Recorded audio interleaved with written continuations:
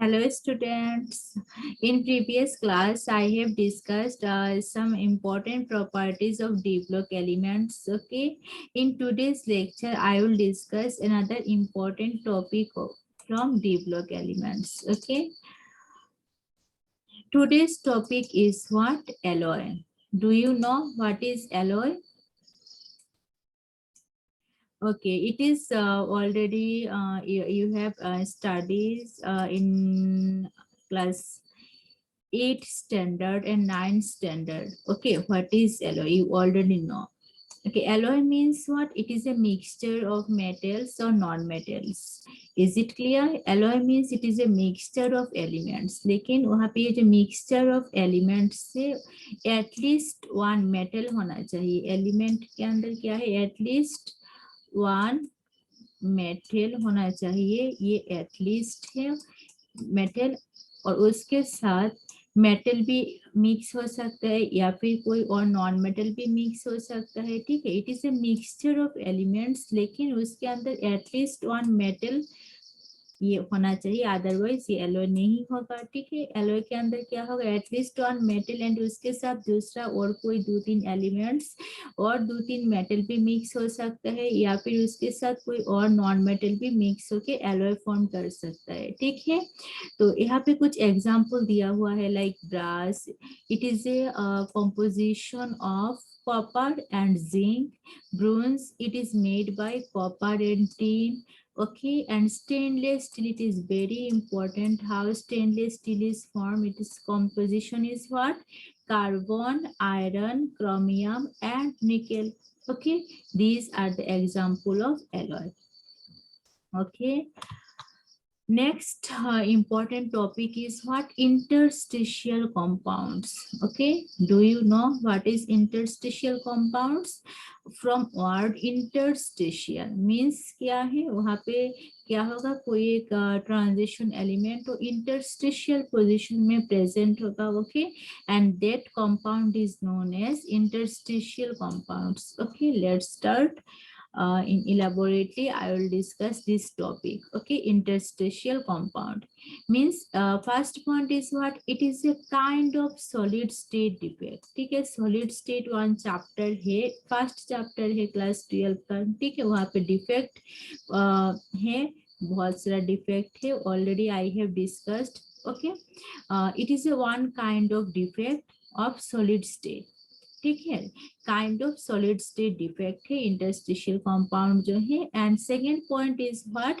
Transition element form interstitial compound. ये जो interstitial compound है हमारा टॉपिक, ये कौन सा एलिमेंट्स फॉर्म करेगा? तो आंसर क्या है? Transition element. ठीक है, मतलब जो डी ब्लॉक एलिमेंट है वो क्या करेगा? इंटरस्टिशियल कंपाउंड फॉर्म करेगा. ठीक है, एज फॉर एग्जांपल क्या है? Fe+2 O-2.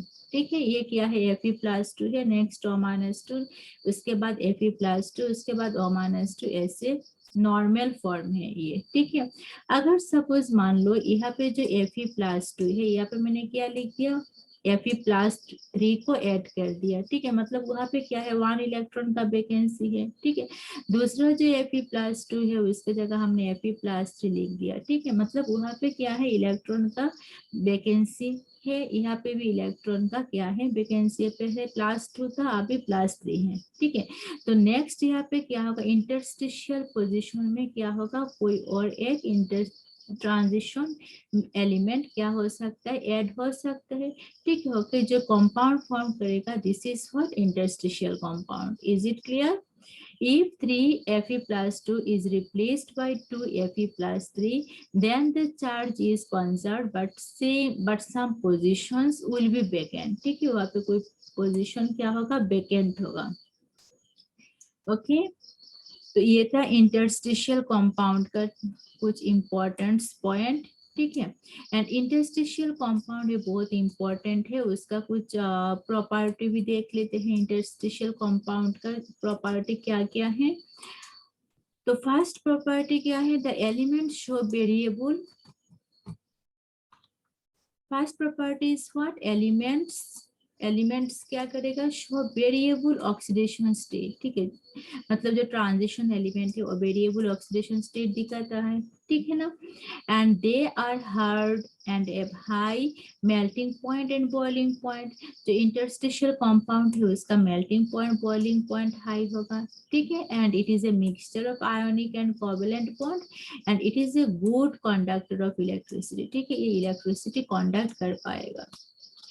ओके तो ये था इंटरस्टिशियल कंपाउंड का कुछ important points. Next our topic is what, catalytic activity, ठीक है। कैटालाइटिक एक्टिविटी उसका कुछ फैक्टर है, क्या क्या फैक्टर रेस्पॉन्सिबल है फॉर कैटालाइटिक एक्टिविटी के लिए, और ट्रांजिशन मेटल और पहले हम देख लेते हैं, ठीक है। उसके बाद जो एक्टिविटी है वो हम एक एक करके देखेंगे, ठीक है।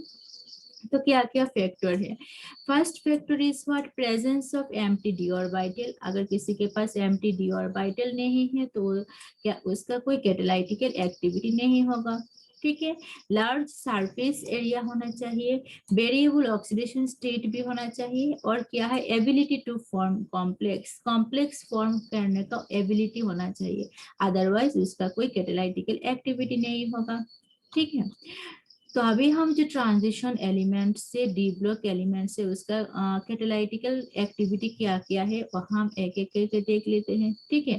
जो डी ब्लॉक एलिमेंट का जो फर्स्ट एलिमेंट है वो क्या है, स्कैंडियम, ठीक है। स्कैंडियम से स्टार्ट होता है, लेकिन स्कैंडियम का कोई not used as catalyst, catalyst के मतलब कैटलिस्ट से वो यूज नहीं होता है कहीं पे भी, like scandium is not used as a catalyst, ठीक है। उसको कैटलिस्ट करके कोई भी रिएक्शन में वो यूज नहीं होता है, ठीक है। तो scandium it is not used as a catalyst, ये तो स्किप हो गया, ठीक है। नेक्स्ट जो डी ब्लॉक एलिमेंट है वो क्या है, टाइटेनियम, ठीक है। 3D सीरीज का पहले क्या है, स्कैंडियम, उसके बाद क्या है, टाइटेनियम। तो टाइटेनियम का क्या है, TiCl4 plus Et3N, ethyl 3Al, ठीक है। ये जो है कॉम्बिनेशन टाइटेनियम का, जो उसका नाम क्या है, जिगलर-नटर कैटलिस्ट, ठीक है। टाइटेनियम टेट्राक्लोराइड का जो ये कॉम्पोजिशन है उसको क्या कहते हैं, Ziegler Natta catalyst, you already know that, okay. इन MCQ टाइप क्वेश्चन में भी ये आ जाता है, ये जो जिगलर-नटर कैटलिस्ट वो क्या है, ठीक है, वो तुमको पता होना चाहिए। तो जिगलर-नटर कैटलिस्ट कहाँ पे यूज्ड होता है, it is used in preparation of polythene from ethane, ठीक है। ये पॉलीथीन प्रिपरेशन करते टाइम जिगलर-नटर कैटलिस्ट को यूज किया जाता है, ठीक है, फ्रॉम इथेन, ठीक है। इथेन से पॉलीथीन फॉर्म करने के लिए जो कैटलिस्ट चाहिए वो क्या है, जिगलर-नटर कैटलिस्ट। एंड जिगलर-नटर कैटलिस्ट में कौन सा ट्रांजिशन एलिमेंट यूज होता है, titanium, is it clear, okay. Scandium, titanium, उसके बाद क्या है ट्रांजिशन एलिमेंट, बेनाडियम, ठीक है। तो बेनाडियम का जो बेनाडियम पेंटॉक्साइड है, ठीक है, बेनाडियम पेंटॉक्साइड वो यूज्ड होता है कहाँ पे, in contact process, contact process में बेनाडियम पेंटॉक्साइड यूज्ड होता है, ठीक है। तो ये बेनाडियम का कैटालाइटिकल एक्टिविटी है, ठीक है। नेक्स्ट क्या है, बेनाडियम के बाद क्रोमियम, ठीक है। क्रोमियम का ये जो कॉम्बिनेशन है, aluminium try oxide Al2O3 and Cr2O3 का जो ये जो कॉम्बिनेशन है वो कहाँ पे यूज्ड होता है, यूज्ड फॉर एरोमेटाइजेशन, ठीक है। एरोमेटाइजेशन में क्या होता है, क्रोमियम का जो कैटालाइटिकल एक्टिविटी है वो यूज्ड होता है, ठीक है। नेक्स्ट क्या है, मैंगानीज, मैंगानीज का जो कंपाउंड है वो क्या है, MnO2, ठीक है। MnO2 एज ए कैटलिस्ट कहाँ पे यूज होता है, इन प्रोड्यूसिंग ऑक्सीजन, ठीक है। ऑक्सीजन प्रोड्यूस में MnO2 यूज होता है एज ए कैटलिस्ट, ठीक है। लाइक KClO3 से जब ऑक्सीजन प्रोड्यूस होगा तब MnO2 it is act as a catalyst, as a catalyst से वो यूज होता है, ठीक है। ऐसे जितना भी ट्रांजिशन एलिमेंट से डी ब्लॉक एलिमेंट है इसका क्या कैटालाइटिकल एक्टिविटी है, लाइक आयरन, आयरन कहाँ पे यूज होता है, it is used in Lewis acid in Friedel Crafts reaction, okay. Friedel Crafts reaction में क्या होता है, एनाइट्रस FeCl3 यूज होता है, ठीक है। तो ये आयरन का कैटालाइटिकल एक्टिविटी है, ठीक है ना। और क्या है, used for preparation of benzene from acetylene, acetylene से बेंजीन प्रिपरेशन करने के लिए क्या चाहिए, आयरन ट्यूब और हीट चाहिए, मतलब यहाँ पे आयरन यूज हो रहा है, ठीक है, as a catalyst. That's why it is the another catalytical activity of transition element like iron.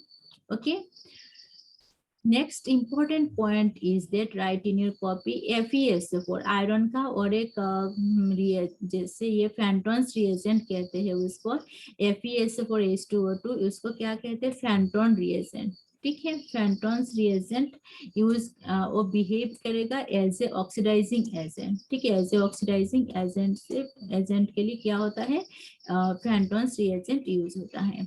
ठीक है, नेक्स्ट जो मेटेलिक आयरन है वो एमोनिया प्रिपरेशन करते टाइम ये यूज होता है, like when nitrogen and hydrogen combine to form what, ammonia in this reaction iron metallic iron it act as a catalyst।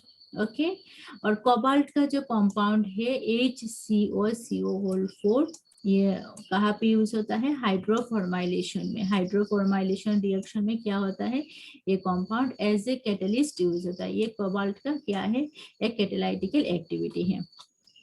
ठीक है, नेक्स्ट इंपॉर्टेंट है निकेल का। ठीक है, निकेल का जो कैटालाइटिकल एक्टिविटी वो क्या है, वो हाइड्रोजनेशन रिएक्शन में यूज होता है। ठीक है, as a catalyst nickel, like alkene से एल्केन प्रिपरेशन करते टाइम, या फिर एल्काइन से एल्केन प्रिपरेशन करते टाइम हाइड्रोजनेशन करना होता है, तो हाइड्रोजनेशन करने के लिए निकेल को एज ए कैटलिस्ट यूज किया जाता है। ठीक है, एज फॉर एग्जाम्पल यहाँ पे देख सकते हो, अगर तुम्हारे पास एल्काइन है वहां से क्या करना है, तुमको एल्किन प्रिपरेशन करना है। ठीक है, तो एल्किन कैसे प्रिपेयर करोगे, बाय यूजिंग पैलाडियम CaCO3। ठीक है, उसको क्या कहते हैं, लिंडलर कैटलिस्ट कहते हैं। ठीक है, लिंडलर कैटलिस्ट यूज करके एल्काइन से तुमको क्या मिलेगा, जो एल्किन मिलेगा वो क्या है, सिस एल्किन है। ठीक है, it is a cis alkene. ये जो कैटलिस्ट है पैलाडियम का, यहाँ पे लिंडलर कैटलिस्ट कहते हैं उसको।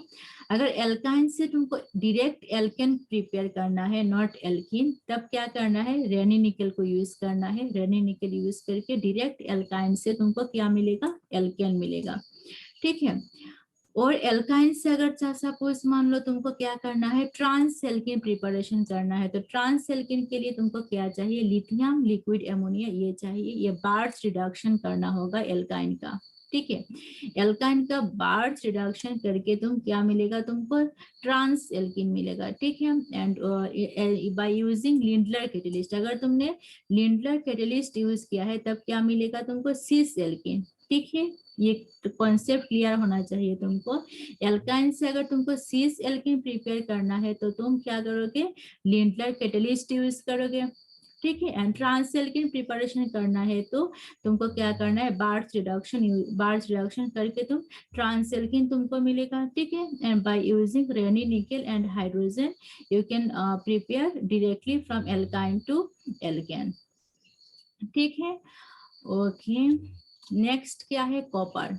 ठीक है, कॉपर ट्यूब को यूज करके तुम इन प्रेजेंस ऑफ हीट क्या कर सकते हो, एरोमेटाइजेशन रिएक्शन में ये यूज होता है। लाइक एसिटिलीन से क्या करना है तुमको, एरोमेटिक रिंग प्रिपेयर करना है, तब क्या कर सकते हो, कॉपर ट्यूब यूज करके कर सकते हो। ठीक है, और भी ऐसे बहुत सारा कैटालाइटिकल एक्टिविटी है ट्रांजिशन एलिमेंट का। ठीक है, ओके, तो आज के लिए इतना तक ही, और नेक्स्ट क्लास में अगर कोई डाउट है तो उसमें डिस्कस करूंगी, और नेक्स्ट क्लास में मैं ऑक्सीडेशन स्टेट ये डिस्कस करूंगी। ठीक है, ओके, बाय, थैंक यू।